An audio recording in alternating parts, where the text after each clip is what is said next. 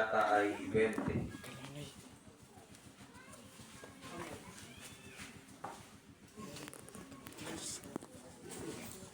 Sa nakasumpong magsabi pa ng Amen. Okay pa lang.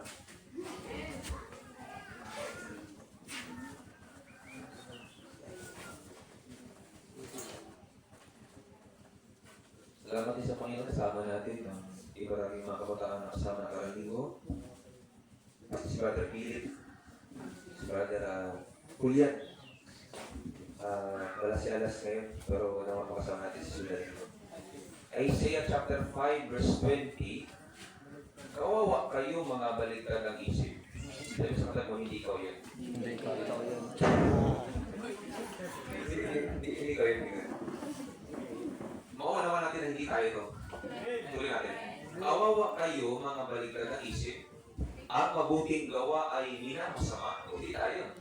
Amen. Kawawa kayo mga baligtad ng isip. Ang mabuting gawa ay minamasama. At minamabuti naman iyong masama. Ang kaliwanag ay ginagawang kadiliman. At ang kadiliman ay itinuturing na kaliwanagan. Sa lasang mapait ang sabi matamis. Sa lasang matamis ang sabi mapait. Kaya talagang hindi tayo ito mga kapatid. Amen. Pagpalain ng Diyos ang kanyang mga salita. Hallelujah. Pero na tayo muli sa bagay na ito mga kapatid.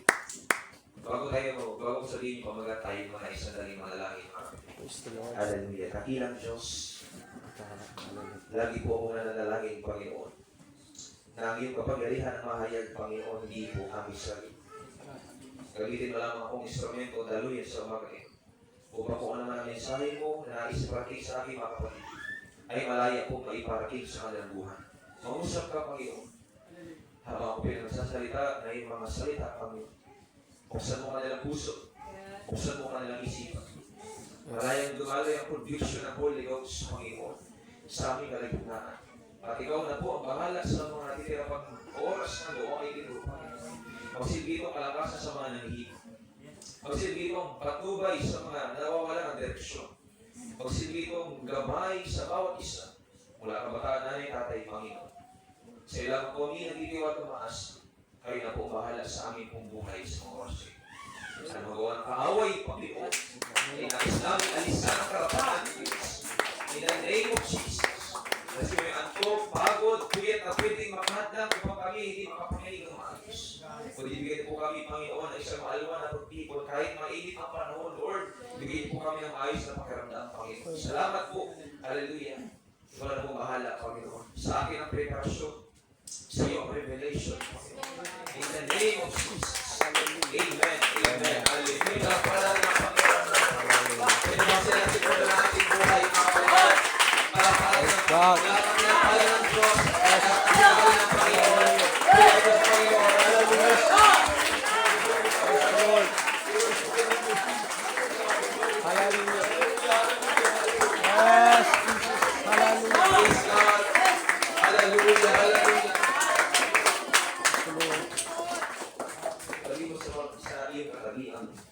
Pamagat ng ating mensahe ngayon. Pinamagatan ko po itong magpatuloy kang maging iba. Magpatuloy kang maging iba. Ulitin natin mga kapatid na may pag-ibig at hindi. Sabi sa kapatid, magpatuloy ka na maging iba. Yes, God. Mga kapatid po lahat mga kapatid. Continue to be different from the godless world. Yamang tayo Kristiyano, tayo naglilingkod sa Panginoon, kumikilala sa isang Diyos, mga kapatid. Ngayong umaga, nais may pangaral sa atin, nais kong tindigan sa atin, kung umaga, mga kapatid, ang isang mensahe na sabi, maging iba tayo.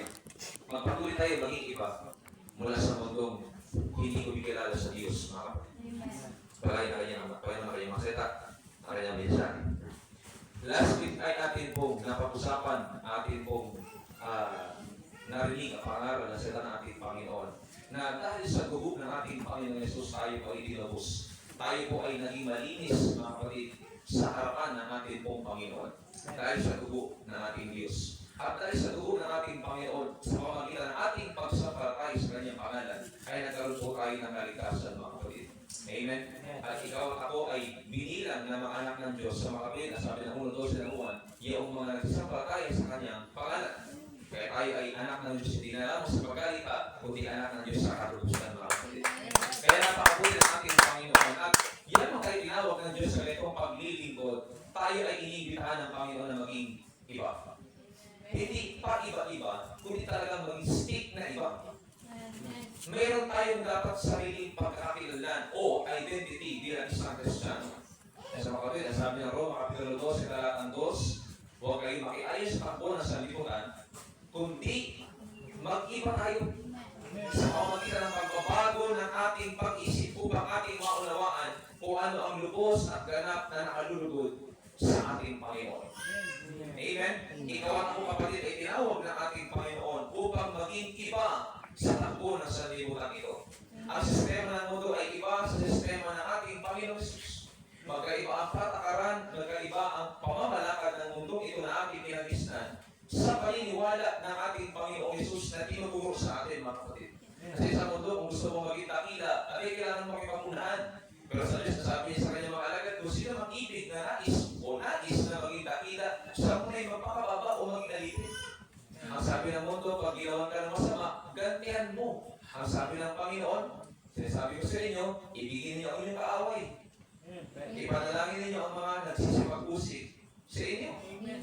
Ang sabi ng mundo, pag kailangan mo ng pera, kailangan mo ng pinansyal, habulin mo. Ang turo ng Biblia, unahin mo ang kanyang kaharian, lahat ng bagay susunod. May pagkakaiba. Sistema at pamamalakad ng sanlibutan ito. At sa itinuturo ng ating Panginoon, mga kapatid.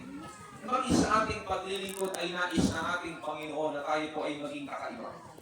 Bagaman sa lugar na ito, malaon ng panahon na tayo ay nausig.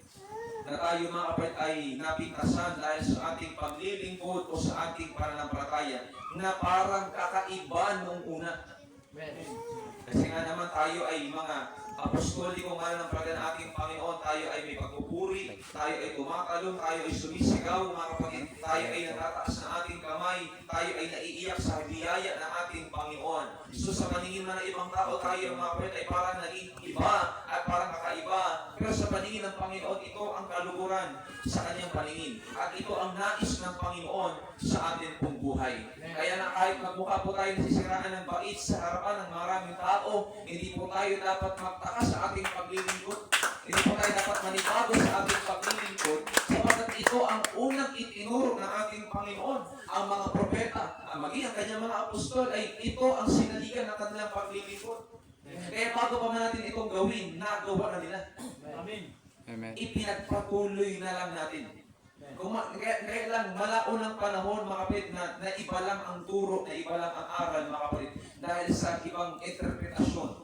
At dahil mayroong intensyon ang demonyo na hindi makaalpas sa tao ang katotohanan ng Panginoon. Ngunit salamat sa Diyos, kahit tayo ay nasa sulok na lugar, hallelujah, kahit tayo nasa liblib na lugar, naabot tayo ng biyaya ng Panginoon, naabot tayo ng tamang turo, naabot tayo ng tamang doktrina, na doon tayo lumaya at doon tayo nabago, mga kapatid, sa biyaya ng ating Panginoon. Kaya sa katabi mo, salamat sa Diyos. Salamat sa Diyos. Yung buhay ni Noe ay isang implikasyon. Di ba, ang kanyang buhay, siya ay inutusan ng Panginoon na gumawa ng arka na nabuo sa loob ng 120 years. At doon din sa span ng taong iyon, mga kapatid, doon din siya nangangaral sa mga tao, magsisi na kayo, magbalik loob kayo sa Panginoon, sapagkat gugunawin ng Diyos ang mundo sa pamamagitan ng baha. At maraming tao rin ang nagsasabi sa kanya, sa kanyang pamilya, patungkol sa kanilang paglilingkod, patungkol sa kanilang pagsampa, lalo tigis sa kanyang pangangaral, na parang hindi ito akma sa kanilang buhay. May akusasyon pa sa kanila na nasisiraan na ata ng ulo si Noe kasi nagtayo ng arka sa bundok. Amen. Kaya alam ko mag-aagree tayo, mga kapatid, na hindi po tayo nakaligtas sa pagbabash din ng tao. Hindi tayo nakaalpas sa pangungutya ng tao. Hindi tayo nakaalpas sa pagbuhusga ng tao, kagaya ni Noe. Pero para kay Noe, nakakatawa sa ngayon. Hanggang nung dumating ang baha. Hanggang nung dumating ang baha. Nung dumating na yung baha, wala lang tawa. Amen. Wala na rin tumawa. Umiyak na sila. Amen. Oo, mga kapatid. Wala nang ngumiti. Sangiwi. Lahat na nakangiwi. Sangiwi. Hanggang nung dumating yung baha. Yung argumento ng tao na unang nangaral si Noe, ano ba yan, Noe? Maaari siya sabi ng maraming tao, hindi totoo yan. Until such time, dumating yung baha. Ano sabi ng mga tao? Noe, papasukin mo kami. Sabi ni Noe. Darating ang panahon, yung mga bagay na hindi na nauunawaan, labis nila magsisihan. Sabi ni Noe. Amen. Ngayon, nakakatawa lang ngayon yung ginagawa natin. Nakakatawa lang yung suot ko para sa iba. Para sa mga bugado na parang walang tinagumpay na kaso. Pero nakakatawa lang sa iba pag nakita ko siguro marami yung mga kapatid. Pag umalik ang panahon, wala na nakakatawa. Amen. Yes. Pagdating na natin Panginoon, wala nang nakakalait. Amen. Yung bagay na kanila pinagtatawanan, yung bagay na kanila nilalait. Pakikiusapan nila, Lord, baka pwede pa. Pero huli na ang panahon. That's why maraming salamat sa Panginoon, di tayo lahat. Amen. Pero salamat ang Panginoon.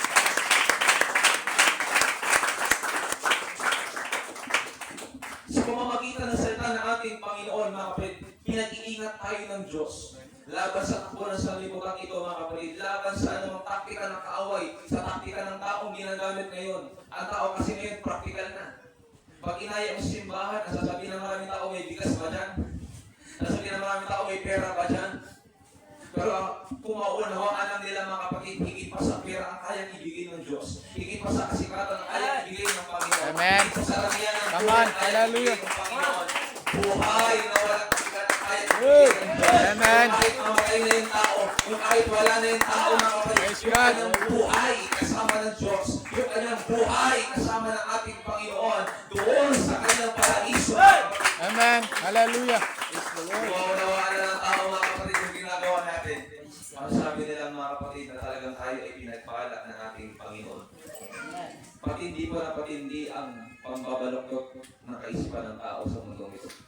Patindi na rin mga kapatid ang pagiging practical ng tao.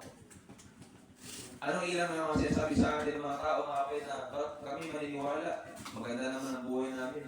Hindi naman ako makasalanan ng tao, hindi ako nakagawa ng mabigat na kasalanan sa ating Panginoon. At hindi ko na kailangan magsimba kahit nasa bahay lang ako ay titingin ng Diyos. Hindi ko po kinakontra ang paniniwalang iyon sapagkat ang Diyos ay dumidinig din naman ang panalangin ng kanyang mga anak kahit wala sa simbahan. Ngunit ano ang sabi ng Biblia? Tayo ay huwag makalimot sa pagkakatipon gaya ng ugali ng iba. Kundi tayo mag-aralan.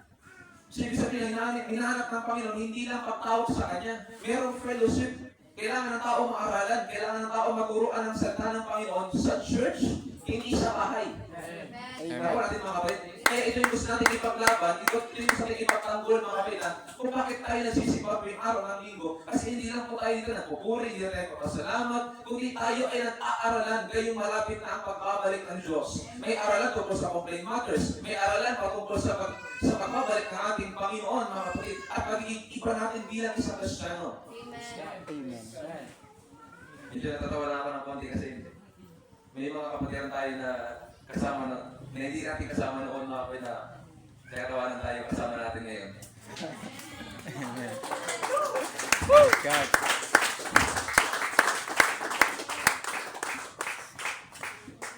Natatawa lang ako mga kapatid, hindi naman po pamawalang bala. Natatawa lang ako mga kapatid kasi sabi ko na mauunawaan lang ng tao pagkasama natin. Amen. Amen. At minsan na, mas awal pa magpuri sa atin. Amen. Mas masawal pang sumama sa atin. Amen. Mas masawal pang sumigaw sa atin. Amen.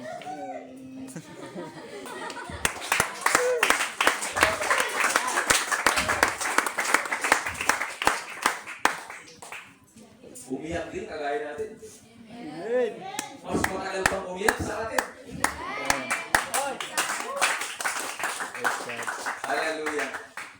Salamat sa Panginoon mga kapatid, hindi tayo piligo sa iyo. Amen. Praise God. Kinatunayan ng Diyos, ang Diyos na ito, hindi lang basta sumalpot. Pinatunayan ng Panginoon, iglesia nito, rescue. Amen. Amen. Praise God. Rescue ng Panginoon sa mga taong pagod sa kasalanan. Rescue ng Panginoon para sa mga taong nahihirapan sa buhay. Rescue ng Panginoon para sa mga taong naghahanap ng kapayapaan. Rescue ng Panginoon sa mga taong naiintindihan ng pag-ibig ng Diyos. Rescue ng Panginoon para sa mga taong hindi alam ang direksyon ng buhay. Rescue ng Panginoon, hallelujah, para sa mga taong hindi alam kung ano ang patutunguhan nila. Ang salamat, isa tayo sa nahanap ng Diyos. Hallelujah. Purihin ang ating Panginoon, mga kapatid. Hallelujah. Alam ko mga kapatid, matibay na sa atin ang paniniwala na ang Diyos ang ating Panginoon. Na ang Diyos ang nagligtas sa atin, ang Diyos ang umibig sa atin, at Diyos ang nagpatawad ng ating kasalanan. Mag-iingat na lang tayo mga kapatid sa ibang turo at ibang aral mga kapatid, sa ibang pananaw, sa ibang prinsipyo na pwedeng makalihis sa ating pananampalataya. Kaya ang bilin na Apostol Pablo sa 1:8 ng Galasa, kahimat kami o anghel sa langit ang bumaba sa lupa, mangaral sa inyo ng ibang turo na ipinangaral namin, itakwil, Amen. pakasumpain. Kasi hindi sila papayag na yung turo at aral na mula sa Panginoon na binigay, pinakatiwala sa kanila, ay iibahin ang tao. Amen. Kaya pinag-iingat po tayo ng ating Panginoon, mga kapatid. Hallelujah. Maging sa ating pong buhay, tayo bilang Kristiyano, may mga pagsubok tayo. May mga problema tayo, kagaya din ng mga tao na nasa labas. Pero pakaingatan po natin ang ating sarili, ang ating puso, mga kapatid, na tayo pa rin ay nananampalataya, nagtitiwala sa ating Panginoon, na buhay pa rin ang ating paglilingkod, buhay pa rin ang ating pag-asa, buhay pa rin ang ating pananampalataya sa ating Panginoon, na hindi tayo papabayaan ng Diyos, mga kapatid. Amen po.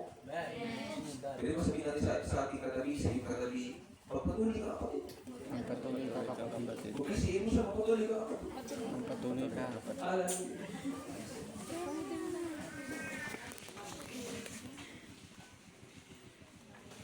Hindi po tayo mga kapatid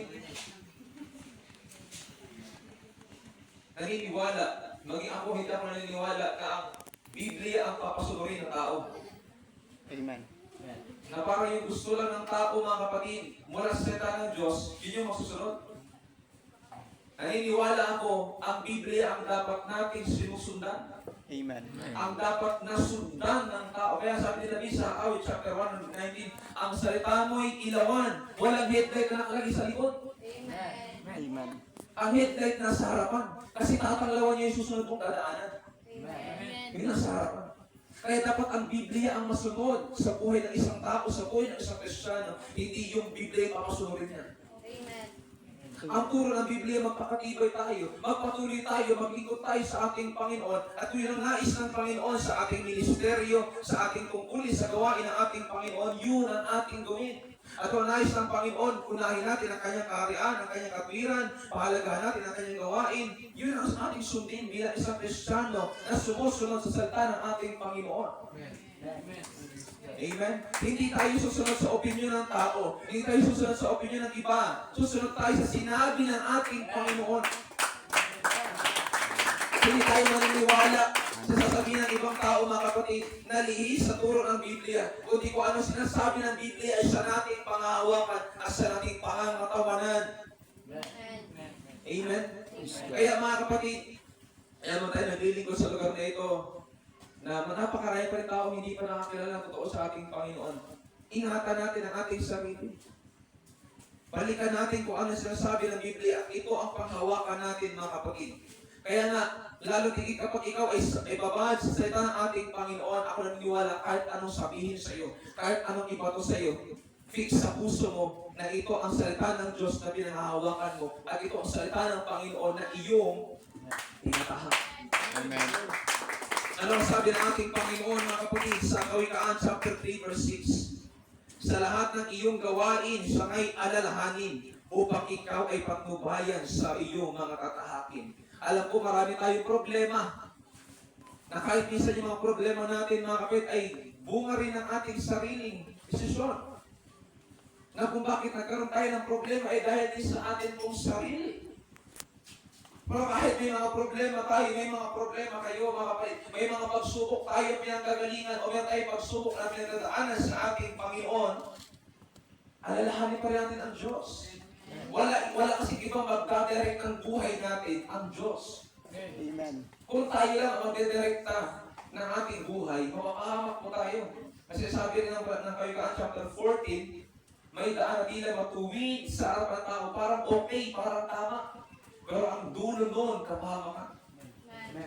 Kaya ingatan natin mabuti mga kapatid, hallelujah. Lalo na yung mga komento na ating maririnig, yung mga komento na atin pong masasagap bilang isang Kristiyano na nagilingkod sa ating Panginoon. At mga kapatid, kahit anuman ang mangyari, magsimba pa rin tayo. Ano man ang mangyari, manalangin pa rin tayo. Ano man ang mangyari, magbasa pa rin tayo ng Biblia. Ano man sabihin nila, ano mang argumento, ano mang komento, makikinig tayo sa sasabihin ng Panginoon sa bulong ng Espiritu Santo sa atin na magpatuloy tayo. Lalo tigit malapit na ang pagbabalik ng atin pong Panginoon. Amen. Amen? Kaya bilang isang Kristiyano na naglilingkod sa ating Panginoon, nais natin ipaalala sa ating mga kapatiran, hindi pa tayo pababayaan ng Diyos. Hindi tayo kalilimutan ng ating Panginoon. At patuloy na ipapaunawa sa atin ng Panginoon, tama ang inyong desisyon. Sa katunayan mga kapatid, nung tinanggap ko ang ministeryo at napapatuloy sa lugar na ito mga kapatid, patuloy kong nakumpirma ang pagtawag ng Panginoon at ang aking ginagawa bilang isang lingkod ng ating Panginoon. May pagsubok, oo, may problema. Pero salamat sa Panginoon na pagtatagumpay natin. Hallelujah, dahil sa biyaya ng ating Panginoon. Na sa ating mga desisyong ginawa sa paglilingkod, sa ating pagtanggap sa misyon ng ating Panginoon, hindi po tayo nagsisi. Hindi po ako nagkaroon ng pagsisisi sa aking puso, mga kapatid. Kasi sabi ng Panginoon sa 29:11 ng Jeremias, batid kong lubos ang plano ko para sa inyo. Mga plano hindi ninyo ikasasama, kundi para sa inyong ikabubuti. Ito yung mga plano magtutulong sa inyo ng kinabukasan, punong-puno ng pag-asa. Kaya ang plano ng Panginoon sa atin maganda. Kaya kung uunahin natin ang Diyos, aalalahan natin ang Diyos, yung plano ng Diyos ang mangyayari sa ating buhay. Kaya ngayon yung atin pong dapat lakaran. Okay lang ba mag-usap tayo sa kongregasyon natin sa mga ating mga nampalataya? Okay lang mga kapatid? Amen. Suportahan natin ang gawain ng Panginoon tuwing Martes at Huwebes. Yung ating pananalangin o gabi ng pananalangin sa ating Panginoon, mga kapatid. Maaari may mga problema po kayo, may mga pagsubok kayo sa inyong buhay. Pero hindi natin dapat gamitin ito bilang rason para hindi natin gawin at tungkulin natin sa Panginoon, mga kapatid. Kundi gamitin natin ang mga bagay na yun nga, mas kailangan mo ang Diyos kung nahihirapan ka. Mas kailangan mo ang Panginoon kung may sakit ka. Mas kailangan mo, kung hindi mo na kaya talaga na, may exception lang kasi dyan eh. Kung talaga hindi mo kaya maglakad, hindi mo kaya dumalo talaga sa gawain ng Panginoon, talaga hindi mo kaya, may exception po doon. Pero hanggang kaya natin dumalo sa gawain ng Panginoon, dati ito yung Martes at Huwebes, mga kapatid. Amen po. Amen. Ito panawagan sa ating lahat bilang mga Kristiyano, sa ating lahat bilang mga kapatid, na pagkaisahan po natin ang gawain ng ating pong Panginoon. Salamat lang sa Panginoon, mga kapatid. Bagamat may mga ilan na naapektuhan pa konti lang dito, pero salamat may iba pa rin na talagang, ano pa rin naman, energetic kahit minsan 5 lang dito, minsan 7 lang, minsan 8. Salamat tayo sa Panginoon, mga kapatid, na may mga Kristiyano dito sa ating mga kapatiran na hindi nakabase sa bilang, kundi nakabase sa pangailangan niya sa Panginoon, sa relasyon niya sa Diyos. Na maglilingkod ako, sasamba ako, nanalangin ako sa Panginoon kahit konti kami, kahit konti tayo. Yun po yung gusto natin ay paabot sa ating mga kapatiran. Hindi ko alam, matahimik ang mga kapatiran. Di ba naman nag-morning o nag-gulay-gulay? Hindi ko pinapalapas na guilty kayo dito, mga kapatid. Kung maisip man natin, guilty tayo sa bagay na yun, mga kapatid. Well, dati sa conscience, mula sa Holy Spirit, mga kapatid, na magpapuli tayo. Amen. Na talagang gawin natin kung ano yung ating mga kaya, mga kapatid. Naalala ko nakaraang linggo, nung pagpunta ko dito, mga kapatid. gabi kasi may bumagsak na puno, so nahihirapan ako umuwi. Alam niyo, mapit, medyo sumagi-sisip pa ng konti. Parang ayaw ko na pumunta. Paggabi. Kasi baka maulit na naman. Pero sa kabilang banda, may paghahawi ang Panginoon, di tuloy lang. Tuloy lang. Amen. Kasi kahit may mga puno tumutumba, may mga kalulong bubang. Amen. Amen? Amen. May mga puno mong bumabagsak, may mga puno mong tumutumba, pero at least ang ministry na nanatili. Amen. Praise God. So tuloy, patayon. Amen. Sabi sa atin, patayon. Padayon. May plano ang Diyos, mga kapatid, sa buhay po natin. At sa ating pong lakaran. Kaya nga lagi ko sinasabi sa ating mga kabataan, huwag po ninyong kalilimutan ang inyong devotion. Huwag niyo po kalilimutan ang inyong pananalangin sa Panginoon. Huwag niyo kalilimutan ang inyong personal na paglapit sa Panginoon. Yung inyong pagbabasa ng Biblia kahit nag-aaral kayo, huwag niyo kalilimutan iyon. May panahon pa rin kayo dapat kahit ilang minuto. May panahon pa rin kayo para umawi sa Panginoon, para magpasalamat sa ating Diyos. Amen? Amen. Amen sa ating mga kabataan. Amen. Dahil ako iba, masyado nang manihilig eh. Tulog na daw eh. Hallelujah.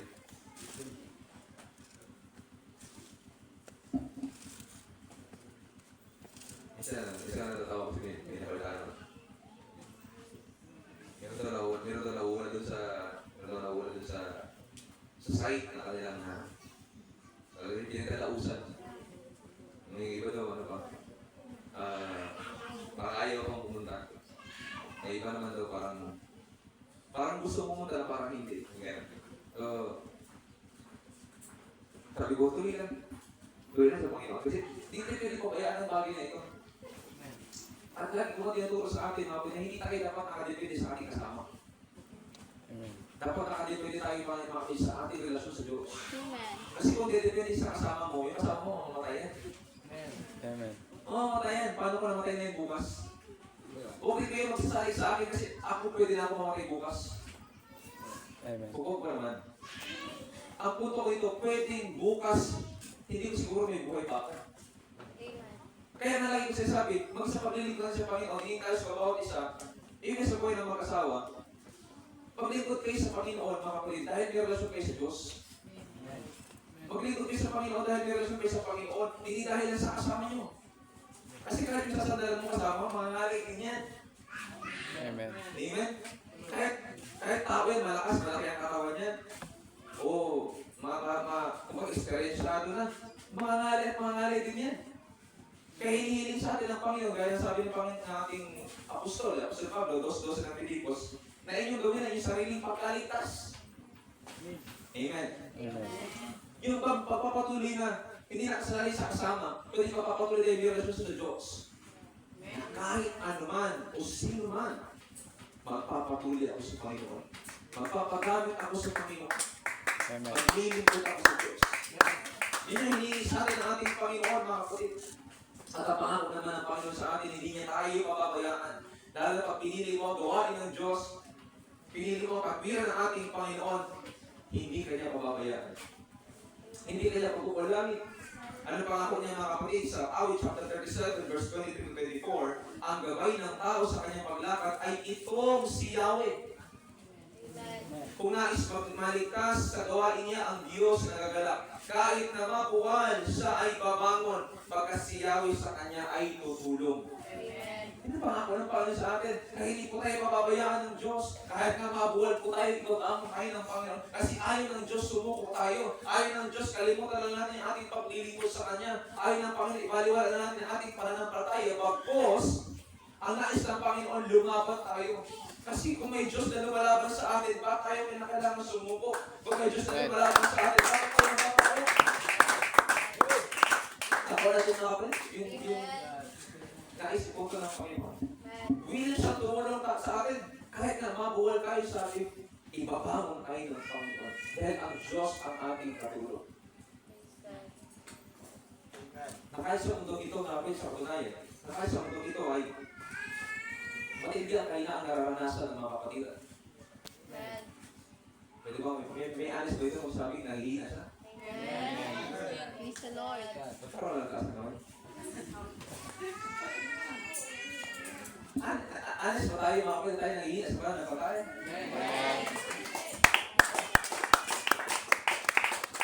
At yamang tayo ay nangihinas sa pananampalataya, wala tayong ibang dedependahan, kundi ang ating Panginoon. Yamang kahit may problema ka, kahit may pagsubok ka, yun yung masarap manalangin sa Panginoon. Yung may pakiyak, Lord, tulungan na po kami, Panginoon. Ako yung nangihina, hindi ko po alam kung ano ang aking gagawin. Kailangan ko po ang iyong gabay.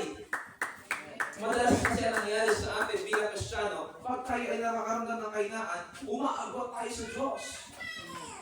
Ayun na kapatid, umaagwat tayo sa Panginoon. Nadadamay natin yung gawain ng Diyos. Nadadamay natin yung ministry natin sa Panginoon. Bakit? Nanghihina ako, Pastor. Hindi. Pag nanghihina ka, mas lalo kang lumapit sa Kanya. Kasi wala naman tayong ibang lalapitan. Wala tayong ibang aasahan kundi ang Panginoon. Manalangin tayo kahit hindi mo feel manalangin. Mag-ayuno pa rin tayo kahit hindi mo feel mag-ayuno.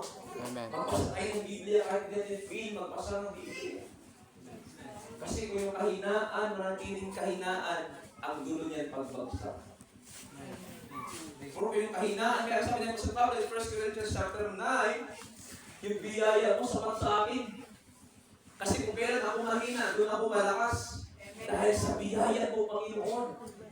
So kung doon para tayo mas magiging malakas sa biyaya ng Diyos, kahit may kahinaan, hindi tayo malulungkot sa kahinaan. Kundi kaya sabi niya, ako'y magagalak sa aking kahinaan sapagkat nahahayag ang kapangyarihan ng Diyos. Na kahit ako ay limitado, na kahit ako ay nanihina, na kahit ako ay nalulupay-pay, hindi ako malulungkot sa kahinaan ito, kundi ikagagalak ko kasi alam ko, tutulungan ako ng Diyos. Susuportahan ako ng Panginoon.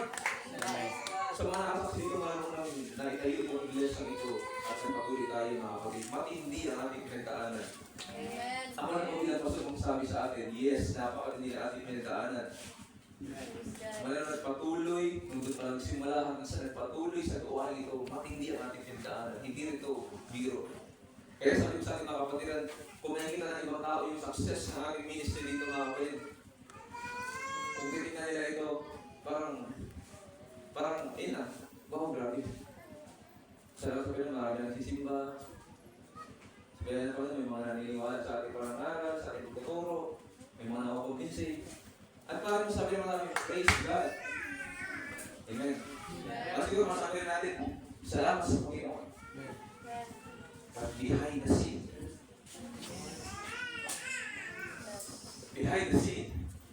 ang daming pinagdaanan. Ang daming pamukas. Tayo nakagulo. Amen.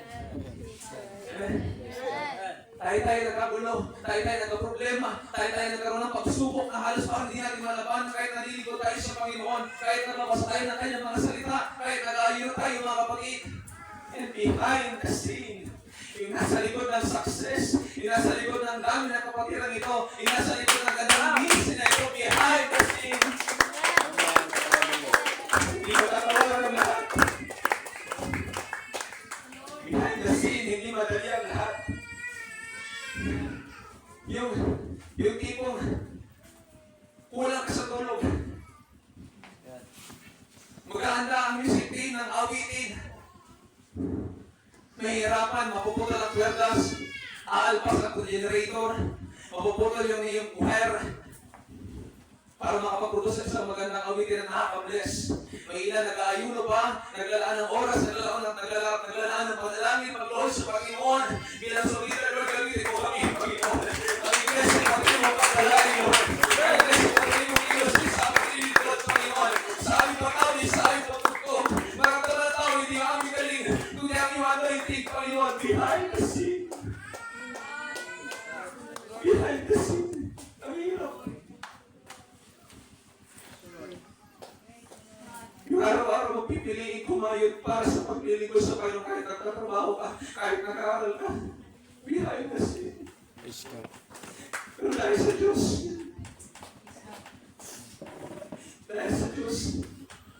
naging posible ang ganito lahat ng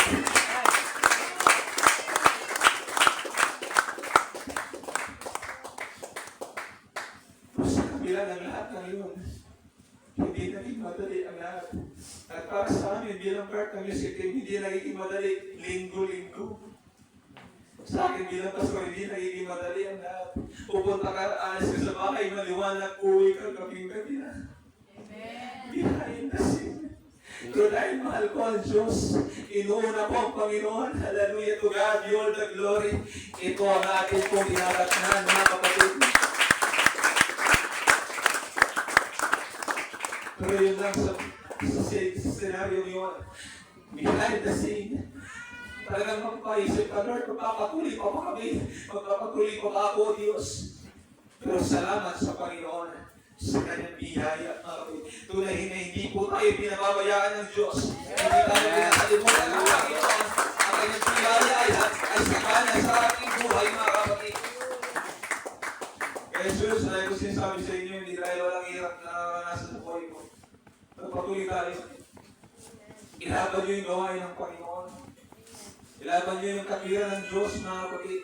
Huwag po tayo magpapadala sa sinasabi ng maraming tao na kahit hindi ka na magsimbaw o kailangan, huwag tayo maniniwala doon.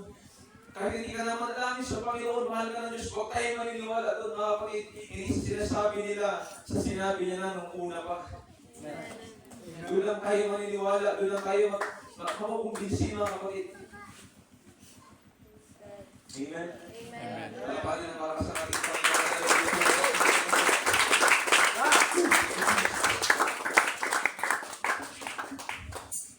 Kaya napakabuti ng ating Panginoon, mga kapatid. Kahit nahihirapan tayo sa buhay nito, kahit yung mga pagsubok at at hirap. Wala tayo nakita ko ang ating kapakiran nung Biyernes. Dahil ito sa ako ni Bishop, pumunta ng Yamaha, pagkakit ng kanyang motor. So, nag-tricycle ako pabalik, mga kapatid. Nakasakay ko, hindi nasa nakasakay nila kaya kapakiran sa Bukana. Ituhan kami, mga kapatid, kahit medyo maingay yung tricycle. Hindi ko makipagkituhan sa kanya, makamusta ko, o ang kanyang kalagayan. Alam ko isa sa mga nabanggit niya na talagang nagbigay na mensahe sa aking malaki. Nasabi niya, doon na kamusta? Doon pa kayo sa Leo? Nakatira? Nakita ko kasi doon yung bahay niyo. Hindi. Doon ako sa iyo ko. May bahay kami doon na pinatay. Pero sabi niya, sa kabila ng kanyang sinabi, magandang bahay at magandang kahit pa ano buhay. Alam mo sabi niya, hirap ng pera ngayon. Taka ako. Sabi niya, hirap ng pera ngayon. Sabi ko, sa bagay kasi low season ngayon eh. Di ba? Sa bahay, low season ngayon. Pero isa sa mga nagpaantik ng puso ko, isa sa mga nagbigay sa akin na mensahe, tinatanong ko, nakapagpatay ka ng bahay, dalawa na eh. Nagiging dalawa sa iyo ko ito, nakapagpatay ka ng bahay na eh. Kasi parang nakapagpatay ka ng bahay na eh. Pero nakapagpatay ba rin, mas mahirap ang pera, mahirap ang buhay. Bigla nag-flash sa akin, yung John chapter 15, verse 5, na wala kayong magagawa kung kayo hiwalay sa akin. Amen. Kasi nalaman ko hindi na siya nakakapag-church. Kaya na. Hindi na siya nakakadala sa gawain ng Panginoon. Talagang bumalik na rin siya sa dati niyang buhay. Nakakalungkot. Kaya pinatunayan ng Panginoon through her testimony na talagang kapag wala ang Diyos sa buhay ng tao, hindi stable ang lahat. Amen. Oo, pagpapalain sa una, pero babagsak din. Amen. Masaya sa una, pero babagsak din. Dahil wala ang guidance ng Diyos, wala ang presensya ng Diyos, wala ang approval ng Diyos, at higit sa lahat, wala ang connection sa Diyos. Tandaan niyo mga kapatid sa Panginoon, hindi ito magbibigay ng isang mga kundi babala sa atin. Huwag na huwag tayo iiwalay sa presensya ng Diyos. Huwag na huwag tayo iiwalay sa pag-ibig ng Panginoon sa buhay natin. Kasi laging papagsak ang buhay, laging paluli ang buhay. Kapag wala tayo sa Panginoon, o kailan nahihirapan tayo, kapag wala tayong bigas, nahihirapan tayo, wala tayong ulan, pero yung nahihirapan tayo na wala na ang Diyos sa buhay natin, napakahirap na bagay nun. Mas masaya pa rin ako, mas maganda pa rin ako na ay nahihirapan ako sa buhay. Meron akong Diyos na humahawak sa akin at hindi sa lahat sigurado ang kaligtasan ko hanggang sa kanyang pagbabalik. At kahit mawala ako sa mundo ito, mga kapatid, ito po gusto kong iiwan sa atin, mga kapatid. kapatid. Kahit gaano kahirap ang buhay, na-background siya kumawin, nanghina siya, hindi dahil natisod siya. Nanghina siya dahil talagang pumagpag siya sa Panginoon, nadala siya ng kanyang pera. Nadala siya ng kanyang pera, nakalimutan niya ang Panginoon, at nahirapan na siyang makabalik. Kaya nakakatakot mga kapatid. Mga ilagi pa lagi ko sinasabi sa inyo, magtatagumpay kayo sa inyong buhay, sa inyong pag-aaral. Nakakapagtrabaho ang ilan sa inyo. Pero nawa huwag niyong kalimutan ang Diyos na nagpaaral sa inyo. Amen. Huwag niyong kalimutan ang church na tumulong sa inyo. Inyong mga magulang. Lagi sa Diyos ang papuri. Lagi sa Diyos ang balik. Huwag tayo makakalimot sa Panginoon, lalo na kapag pinagpala tayo mga kapatid. May kailangan na tayo sa Diyos o wala pa man sa ngayon. Hindi dahil lagi kailangan ng Diyos kasi maaaring may mga pera tayo tinutunan ng Panginoon. Maaaring kailangan natin ang Diyos o hindi. Kahit sagana ang buhay o hindi. Kahit walang sakit o meron, lagi tayong lumapit, lagi natin unahin ang Diyos. Lagi natin sambahin ang Panginoon. Lagi natin bistahin ang kanyang mga salita. Lagi tayong lumuhos sa panalangin, Lord. Hallelujah. Yung mga para tayo kailangan sa Panginoon, pero hindi kahit para tayo ng mga awa. Lord, tulungan niyo po kami. Bigyan niyo po kami ng kalakasan sa aming paglilingkod, mga kapatid. Ganun po natin ipakita sa ating Panginoon yung lalim ng ating paglilingkod. Amen. Ibigyan natin ang ating pananampalataya sa ating Panginoon. Mga kapatid, wala tayong magagawa kung wala ang Diyos sa buhay natin. I-priority natin ang Panginoon, ipaglaban natin ang Panginoon, magpatuloy po tayo sa paglilingkod sa Diyos, kasama natin ang Panginoon. Kaya last week, kapatid, naalala niyo po sinabi ko na nung altar call, sabi ko, di ba, madalas na natin isipin, o madalas natin gustong gawin, sumuko, pero hindi naman nangyayari. Kasi bakit kapag buhay ang pagsamba sa iglesia, hindi hahayaan ng Diyos mawala ka. Ibabalik at ibabalik ka ng Panginoon.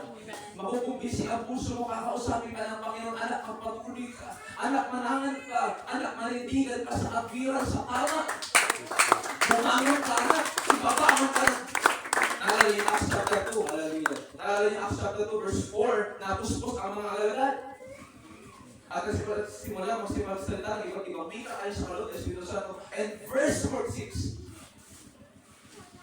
Acts chapter 2 verse 46, sila nagsimatiling mag-iba. Sa turo ng aral ng mga apostol. Dahil sa Holy Ghost, umibay sila. Dahil sa Holy Ghost, ino na nila ang gawain ng Diyos. Dahil sa Holy Ghost, nagsama-sama sila sa pagpuputol-putol ng tinapay. Hallelujah. Sa fellowship, sa panalangin, sa pag-aayuno. Dahil sa Holy Ghost, hindi tayo akapit sa ating sarili. Akapit tayo sa Holy Ghost. Amen. Hallelujah. Mula pa nung una, kumakapit na tayo sa Holy Ghost ng Panginoon. Hindi sa bawat isa sa atin ang narito. Dahil sa Holy Ghost ng Panginoon. At kung alam natin ang Holy Ghost ang magkakapit sa atin at ang magbibigay sa atin para makapagtiis tayo sa paglilingkod at pananampalataya, lalo na lumapit sa Kanya. Amen. Siya talagang tanging mong kailangan. Sabihan mo siya. Kung doon ka lalakas, kung doon ka sisigla, kung doon ka magkakaroon ng ganap, kaya lumapit ka palagi sa Kanya. Huwag mo siya iwawala sa eksena. Lagi ka dumepende sa Panginoon. Lagi mo siya unahin, mga kapatid. Pag-aral natin mga kapatid na mabuti. Kasi kung bakit may mga pagsubok na hanggang ngayon, hindi pa rin makaalpas tayo sa buhay. Kasi baka meron tayo nakakalingan sa Panginoon. Alam ko, unti-unti natin naiintindihan through testimony na may mga pagsubok na binibigay ang Diyos at pinahihintulutan. Kasi gusto ng Panginoon, lumalim yung relasyon mo. Amen. Lumalim yung relasyon mo sa Kanya. Bakit po? Kasi alam natin, kasi tayo sa bagay na ito, mga kapatid, na minsan pag walang pagsubok, kalmado lang tayo.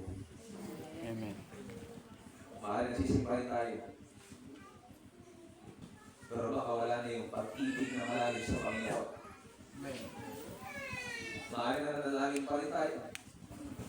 Pero wala na yung malalim na panalangin na may pag-iyak sa Panginoon. Yung panalangin kasi kausap mo at nararamdaman mo yung kanyang presensya. Kaya pinahitutan ng Diyos yung pagsubok. Kasi alam niya pag may pagsubok, matindi luhod mo, Francis. Matindi ang iyak mo kung may pagsubok. Alam ng Panginoon.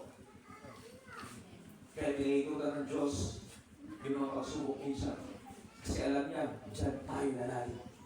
Dati hindi ka nakapag-ayun na nakapag-ayun ka bigla. Dahil sa pagsubok. Amen. Dahil sa problema. Dating 3 minutes na panalangin, naging 30 minutes na panalangin. Amen. Dahil sa pagsubok. Dati hindi nagbabahagi na siya ng Diyos sa Facebook, nakapagbahagi na dahil sa pagsubok. Amen. Hindi kaya pinahitutan ng Diyos para lumalim ka. Kaya tama siya sabi sa pagsasalita ng Panginoon, hindi ka tinatagtag, pinapatagtag ka. Amen. Hindi ka tinatagtag, ito ay pinapatag. Hindi ka nilulubog, pinapalalim ka ng Diyos. Para mas magandang version yung buhay mo hanggang 2050. Kung meron ko ng kayang abutan. Kasi ang pagsubok nandiyan talaga yan. Ang buhay nandiyan talaga yan. Ay rin ang buhay nandiyan talaga yan. Pagsubok, problema. Nakampala ng tao yun. Pero ang gusto ng Panginoon, magkaroon kayo ng kapayapaan sa Kanya. John chapter 14, kapayapaan ang binibigay ko sa inyo, hindi kapayapaan, hindi binibigay ng mundo. Hindi kapayapaan nagmumula sa akin, sabi ng Panginoon. Yung kapayapaan kahit problemado, kalmado. Birthday. Hallelujah. Kahit problemado, kalmado. Kapayapaan kahit stress, pero bless. Hallelujah. Praise God. So kahit problemado umaayaw, pero sumasayaw. Hallelujah. Yung kapayapaan ng Diyos, na nagaling sa kanyang Espiritu Santo, yun yung ating pakanasakin, mga kapatid. At nakikita ng Diyos marahil pag naaabot tayo, binabalik tayo ng Panginoon through suffering. Sa pamamagitan ng pagsubok.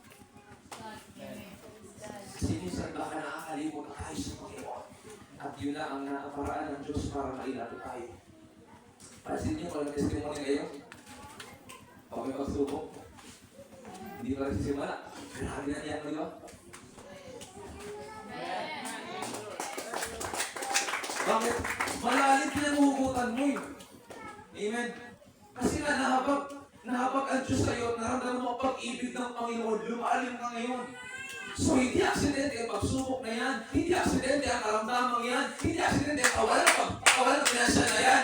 Yan ay kalooban ng Panginoon para tayo lumalim, para tayo mapatuloy sa pagdilig sa Panginoon. Hallelujah, praise the Lord.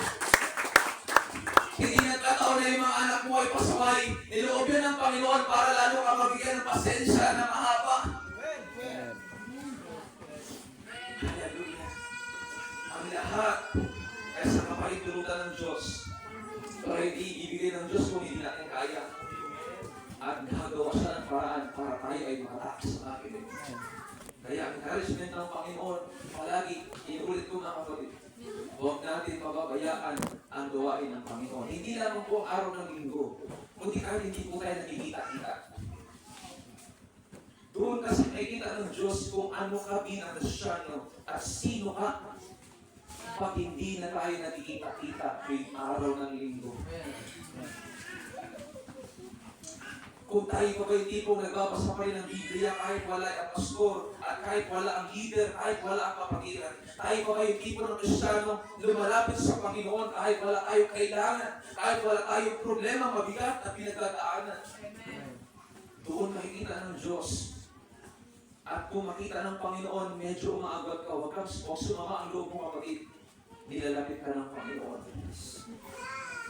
Kasi sabi ng Hebrews chapter 12, kung wala ang pananampalataya, pag wala ka sa Panginoon, kung wala ang pananampalataya, hindi magiging kalugod-lugod ang tao sa Diyos.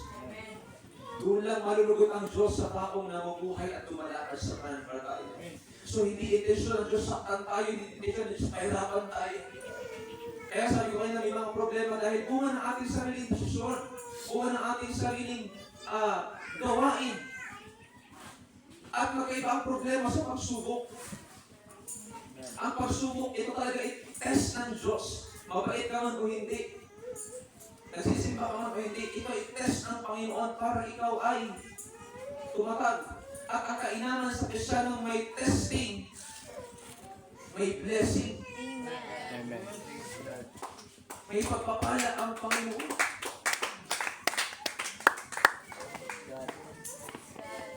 Kaya patuloy tayo mag-iiba. At patuloy tayo maging kakaiba. Bilang sa Kristiyan na nililingkod sa ating Panginoon. Amen? Amen. Hallelujah. Palakpakan natin ang Panginoon.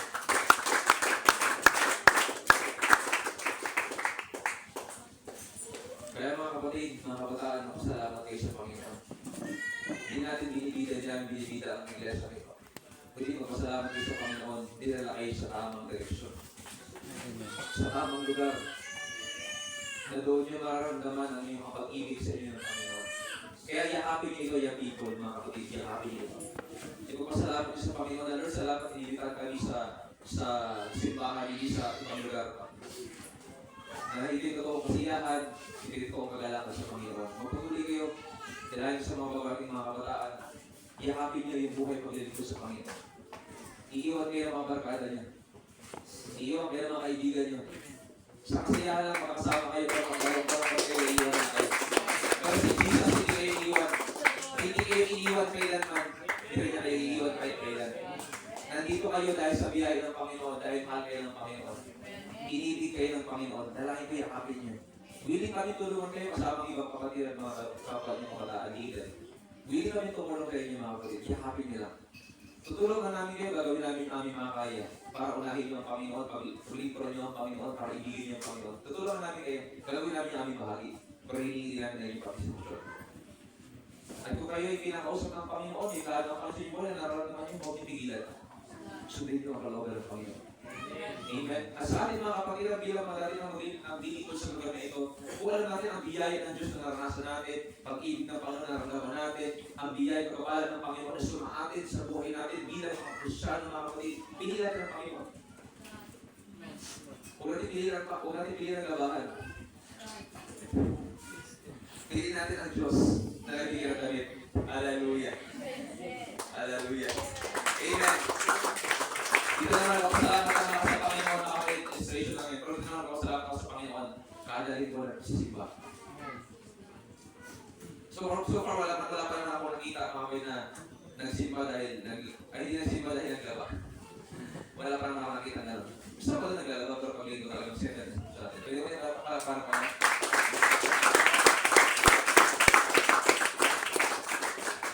So hinihingi lang natin ito. Gusto kong ipaunaw sa atin. Ihapan natin.